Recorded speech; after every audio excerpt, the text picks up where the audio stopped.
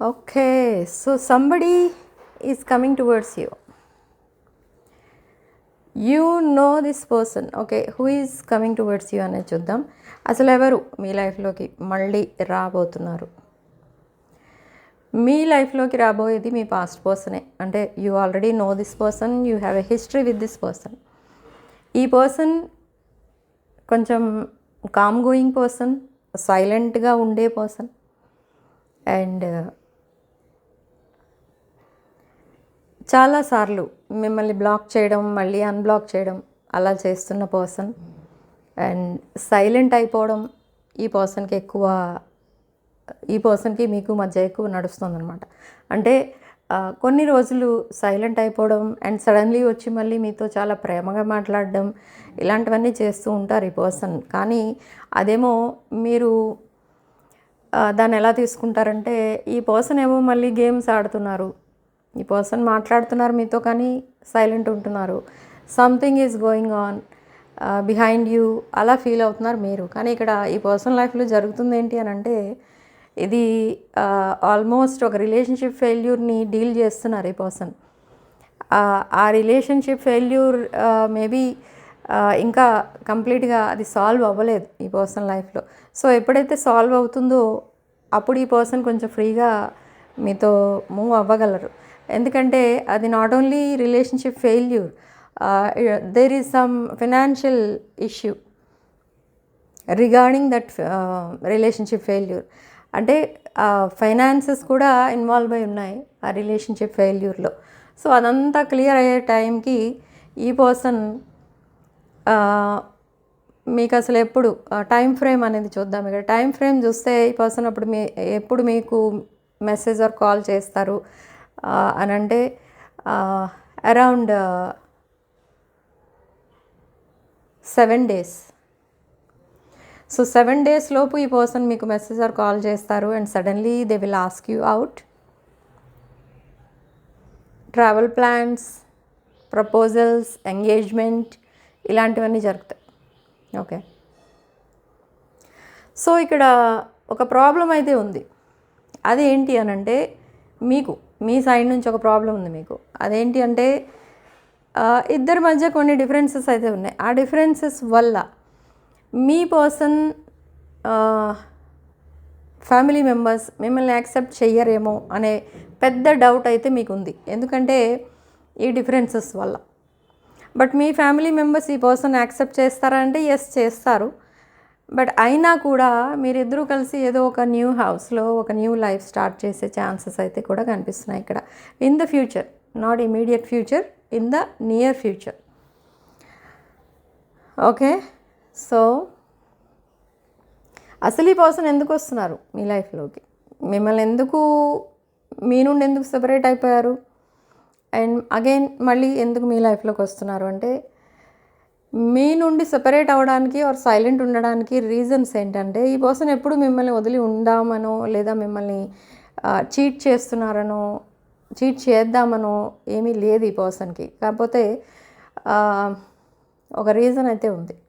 There is some other relationship in this persons life. So ఆ relationship పైన ఎక్కువ focus చేసేవారు. బట్ అదే టైంలో మీరు కూడా ఈ పర్సన్ లైఫ్లో ఉన్నారు, కానీ మీ పైన ఎక్కువ ఫోకస్ చేయలేదు. ఎందుకంటే మీరు ఎప్పుడూ ఈ పర్సన్కి కరెక్ట్ కాదేమో అనే ఉద్దేశంతో ఉన్నారు. ఈ పర్సన్ ఇప్పుడు చెప్పాను ఆల్రెడీ, మీ ఇద్దరి మధ్య చాలా డిఫరెన్సెస్ ఉండటం వల్ల ఈ పర్సన్కి మీరు కరెక్ట్ కాదు ఆర్ మీకు ఈ పర్సన్ కరెక్ట్ కాదు అన్నట్టుగా ఫీల్ అవ్వడం అండ్ ఇది వర్కౌట్ అవ్వదు ఈ రిలేషన్షిప్, జస్ట్ క్యాజువల్ కనెక్షన్గానే ఇలా వదిలేద్దాం అని మీ పైన ఎక్కువ ఫోకస్ చేయలేదు ఈ పర్సన్. బట్ లేటర్ ఆన్ ఈ పర్సన్కి అర్థమైంది ఏంటి అని అంటే, మీదే ట్రూ లవ్. ఎందుకంటే ఈ పర్సన్ ఎలాంటి సిచ్యువేషన్లో ఉన్నా కూడా మీరు యాక్సెప్ట్ చేయడానికి రెడీగా ఉన్నారు.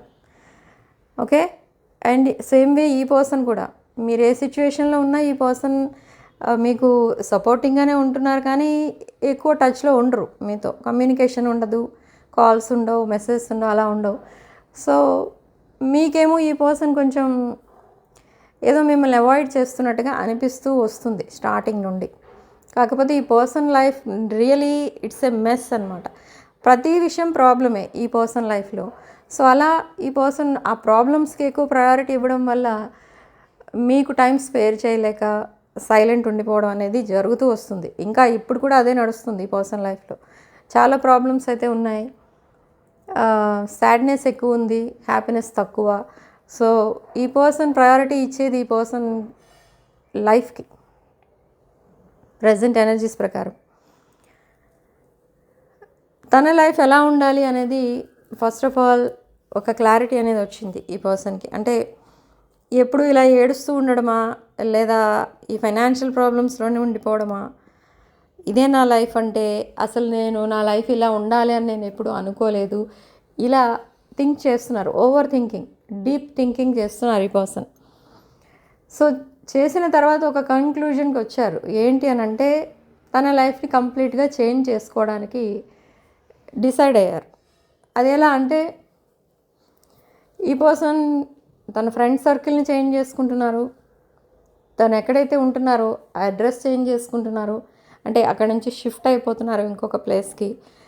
అండ్ తన లుక్స్ చేంజ్ చేసుకుంటున్నారు.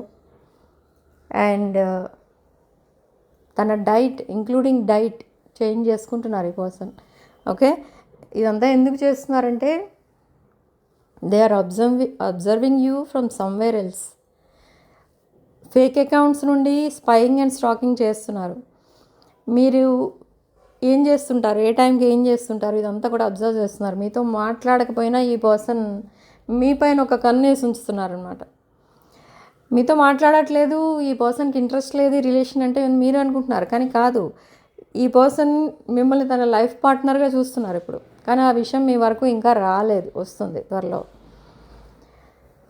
సో ఇది 5D 3D వాటి మధ్య డిఫరెన్స్ ఉంది ఇక్కడ. అంటే 5Dలో ఒకలా అనుకుంటే ఈ పర్సన్ మిమ్మల్ని 3Dలో ఇంకొకలా అనుకుంటున్నారు. అండ్ మోరోవర్ ఈ పర్సన్కి కొంచెం ఫియర్ అనేది ఉంది మీకు ప్రపోజ్ చేయాలంటే.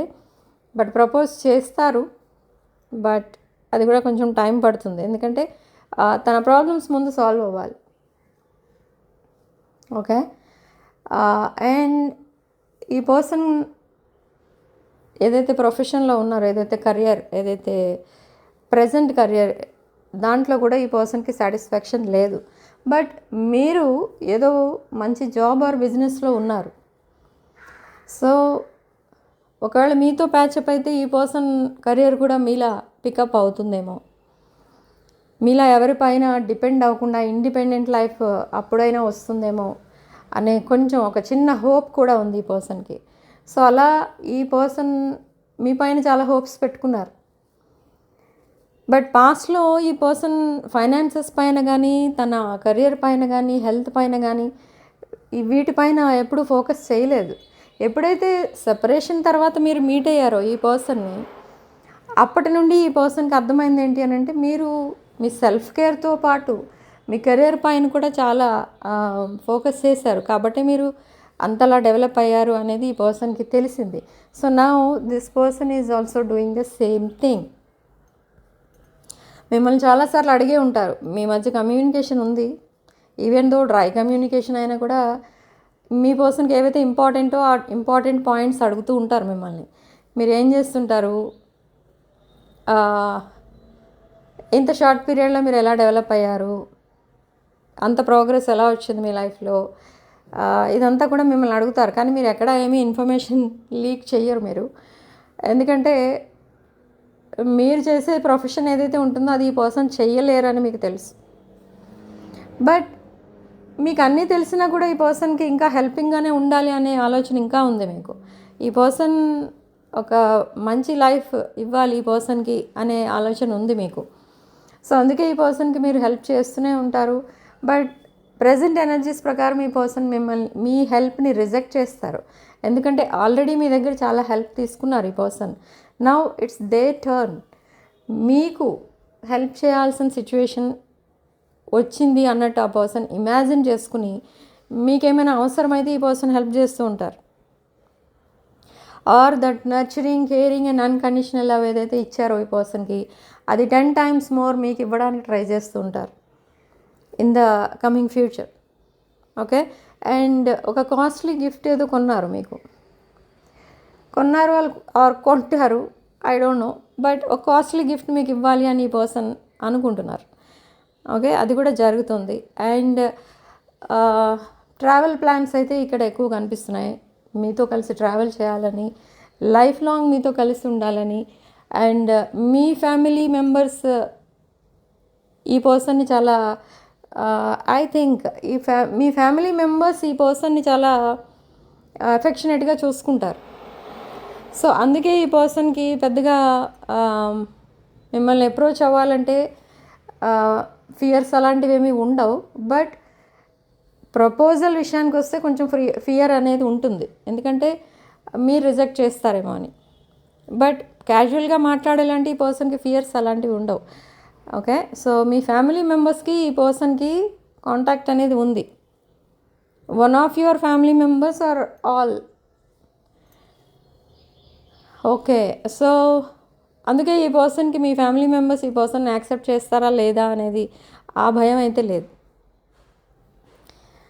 ఓకే, అండ్ బట్ మిమ్మల్ని ఈ పర్సన్ ఫ్యామిలీ మెంబర్స్తో మీట్ అవ్వమనో లేదా కాల్ చేసి మాట్లాడమనో అలాంటివేవో అడుగుతూ ఉంటారు. ఓకే, సో అలాంటివన్నీ జరుగుతూ ఉంటాయి. మీరు ఎక్స్పెక్ట్ చెయ్యనివన్నీ జరుగుతూ ఉంటాయి ఇన్ ద నియర్ ఫ్యూచర్. మీరు ఏదైతే ఎక్స్పెక్ట్ చెయ్యరో అదే జరుగుతూ ఉంటుంది. ఈ పర్సన్ ఇంకా కాల్ చెయ్యరు, ఈ స్టోరీ ఎండ్ అయిపోయింది అని అనుకుంటారు మీరు. బట్ సేమ్ డే ఈ పర్సన్ వచ్చి మీతో 24 hours మాట్లాడుతూ ఉంటారు. అండ్ నెక్స్ట్ 2-3 days వరకు మాట్లాడతారు, మళ్ళీ సడన్గా సైలెంట్ అయిపోతారు. బట్ ఆ సైలెంట్ అయిపోవడానికి కూడా ఒక డెడ్ లైన్, బౌండరీ లైన్ అనేది ఉంది. ఏంటి అదే? లాస్ట్ అంటే ఆ date August last week. Okay, and suddenly between August 21st to 31st సడన్గా ఈ పర్సన్ తన వే ఆఫ్ టాకింగ్ అదంతా చేంజ్ చేసేసుకుంటారు. మిమ్మల్ని సడన్గా బయటికి రా, ఎక్కడికైనా వెళ్దాం, లంచ్కి వెళ్దాం, డిన్నర్కి వెళ్దాం, ఇలా ఏవో కొన్ని ప్లాన్స్ వేసుకుంటూ ఉంటారు. మీకు షాకింగ్గా ఉంటుందన్నమాట, ఏంటి ఈ పర్సన్ ఇలా మాట్లాడుతున్నారు అని. ఓకే, సో అంత చేంజ్ అయితే రాబోతుంది ఈ పర్సన్ మైండ్ సెట్లో. ఆల్రెడీ ఈ person that love triangle break చేసేసారు. అంటే సమ్ అదర్ పర్సన్ ఇన్వాల్వ్ అయి ఉన్నారు మీ రిలేషన్షిప్లో. ఆ రిలేషన్ నుండి ఈ పర్సన్ కంప్లీట్గా బయటకు వచ్చారు. You are the reliable person to them. మిమ్మల్ని నమ్మొచ్చు, మీ మీద చాలా నమ్మకం అనేది పెంచుకున్నారు ఈ person from the beginning. So మీరు కూడా అంతే. ఎప్పుడు ఈ పర్సన్ని చీట్ చేయడం కానీ లేదా మీరు కొంచెం లిమిట్స్ దాటి బిహేవ్ చేయడం కానీ అలా ఎప్పుడు ఈ పర్సన్తో చేయలేదు. సో మీరంటే చాలా నమ్మకం, రెస్పెక్ట్ కూడా ఉంది ఈ పర్సన్కి. So compared to others, compared to their past relationships, ఈ పర్సన్కి మీ పైన నమ్మకం ఎక్కువ. ఓకే, కొన్ని ఫేక్ రిలేషన్షిప్స్ కూడా ఉన్నాయి ఈ పర్సన్ లైఫ్లో. వాటన్నిటినీ కూడా దూరం పెట్టేస్తున్నారు ఈ పర్సన్. అండ్ కంప్లీట్ చేంజ్ అనేది రాబోతుంది ఈ పర్సన్ లైఫ్లో అన్ని విషయాల్లో.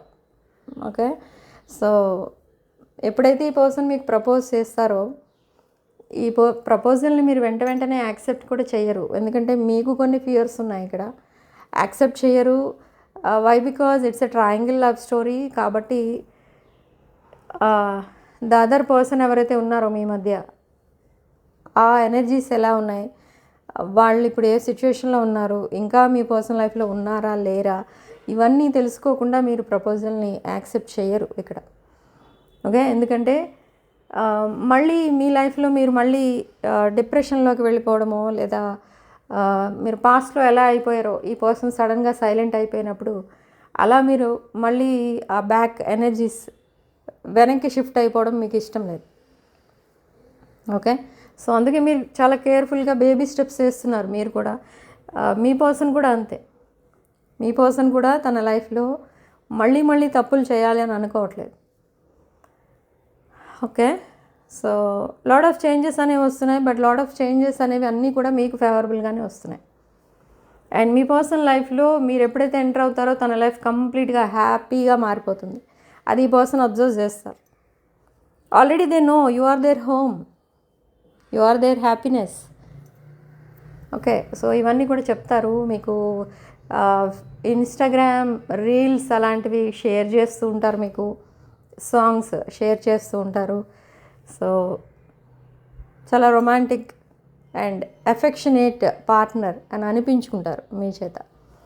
ఓకే, కాకపోతే ఇక్కడ సెపరేషన్ తర్వాత మీరు మళ్ళీ రీయూనియన్ అవుతున్నారు కాబట్టి ఇది మీకు కొంచెం డౌట్ఫుల్గా, ఫియర్ఫుల్గా ఉంటూ ఉంటుంది. బట్ అదంతా క్లియర్ అవుతుంది by the end of this year. Okay, next year maybe if you both are unmarried, you will get married to this person. This is a past life connection and soulmate connection. And మీరు ఎప్పుడైనా గమనించి ఉండొచ్చు, ఈ person first time మీ లైఫ్లో enter అయినప్పుడు మీకు lot of money అనేది కలిసి వచ్చింది, లేదా ఏదో ఒక ప్రాపర్టీ మీకు వచ్చింది, మీరు కొనుక్కోవడమో లేదా అది ఇన్హెరిటెన్స్ అలా ఏదో వచ్చింది. అండ్ సెకండ్ టైం ఈ పర్సన్ని మీట్ అయినప్పుడు మీ కెరియర్లో ఏదో ప్రమోషన్ రావడం కానీ, ట్రాన్స్ఫర్స్ రావడం కానీ, ఆర్ ఒక హై పెయిడ్ సాలరీ జాబ్ రావడం కానీ జరిగి ఉండొచ్చు. ఓకే, సో ఇలా 2 times, ఫస్ట్ టైం మీట్ అయినప్పుడే మీకు ఒక మిరకల్ జరిగింది, ఈ పర్సన్ కలిసినప్పుడే, జస్ట్ చూసినప్పుడే. మీరు ఒకసారి వెనక్కి వెళ్ళి మీరు అన్ని విషయాలు గుర్తు చేసుకుంటే మీకు అర్థమవుతుంది ఆ పర్సన్, ఈ person. So this is your past life soulmate, past life partner. So this life time also you will marry this person. Okay, so మీరిద్దరూ రీయునైట్ అయిపోయిన తర్వాత ఒక new house, new life, mega home, mega family అన్నట్టు ఉంటుంది. Happily ever after ఉంటారు మీరు. Okay, so for some of you this is a twin flame separation. Okay, so significant number 7, 25, 7, 16 could be significant. 7th sign also significant, Tula Rasi. And 7th, 16th, 25th డేట్స్లో పుట్టిన వాళ్ళకు కూడా ఈ reading resonate అవుతుంది. మీ person science వృశ్చిక రాశి and yes moon sign వృశ్చిక రాశి, sun sign మేషరాశి. మీ పర్సన్ ఇలా ఉండాలని ఏం లేదు, ఏ రాశుల వాళ్ళకైనా రీడింగ్ రెజొనేట్ అవ్వచ్చు. Okay, so type 777 in the comment section to claim this positive energy. So thank you for watching. Sending love and light.